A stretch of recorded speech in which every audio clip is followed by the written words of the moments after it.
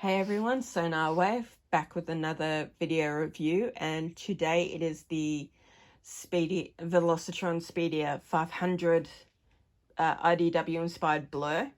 And here in Australia, like with the Netflix line, he is a Kmart exclusive and was one of the only two that I actually wanted from this line. The other one obviously being Cosmos. But Cosmos is going to be next to impossible to find. So a friend of mine is getting him for me. So I'm not sure when that'll be, but hopefully soon. But part of the reason I wanted this Blurr is because he's the IDW version. I've got the 86 version. I love the 86 version. But I also love Cyberverse. And Cyberverse Blurr, I did do my research for this. Cyberverse Blurr is heavily inspired by his IDW counterpart. So if you're wanting, say, a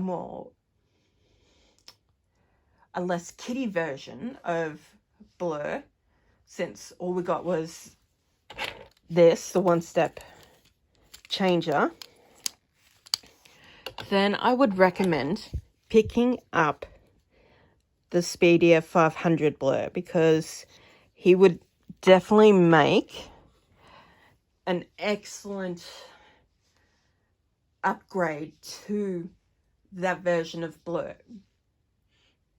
And I can see a lot of the Cyberverse influence in there as well, which again was drawn from IDW. So yeah, whether you're an IDW fan or if you're a Cyberverse fan like I am, I would definitely recommend getting this Blurr, because there's no guarantee if we'll ever get a proper Cyberverse Blurr, or how long it may be. So I would recommend getting this one and using it as a placeholder in the meantime. That's what I plan to do. I plan to treat him as the Cyberverse Blurr, a better version than the one-step changer, who is actually just really a repaint of Robots in Disguise Blurr. So it's not a fully proper Cyberverse Blurr, unfortunately. So when I saw the images for the Speedia 500 Blurr, I could immediately see the Cyberverse version of him. I could see how much of an influence IDW had on it. And I thought, I'm getting him because, one, he looks awesome. Two, he'll make a great stand-in for Cyberverse Blurr. So I would definitely recommend getting him for that reason if you're a big Cyberverse fan. As I said, we got cheaped out on Blurr. So I would definitely recommend this Blurr as a placeholder until we get another official Blurr. I reckon we will one day down the line. It might be a couple of years. The Cyberverse isn't very old, so they might not delve into it for a while. But yeah, this Blurr would definitely make a fantastic placeholder for him.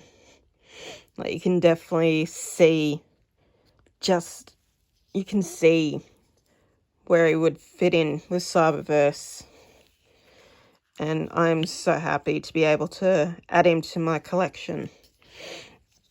I was going to transform him, but I think I'll just link in the video I did for 86 Blurr. Pretty sure I transformed 86 Blurr.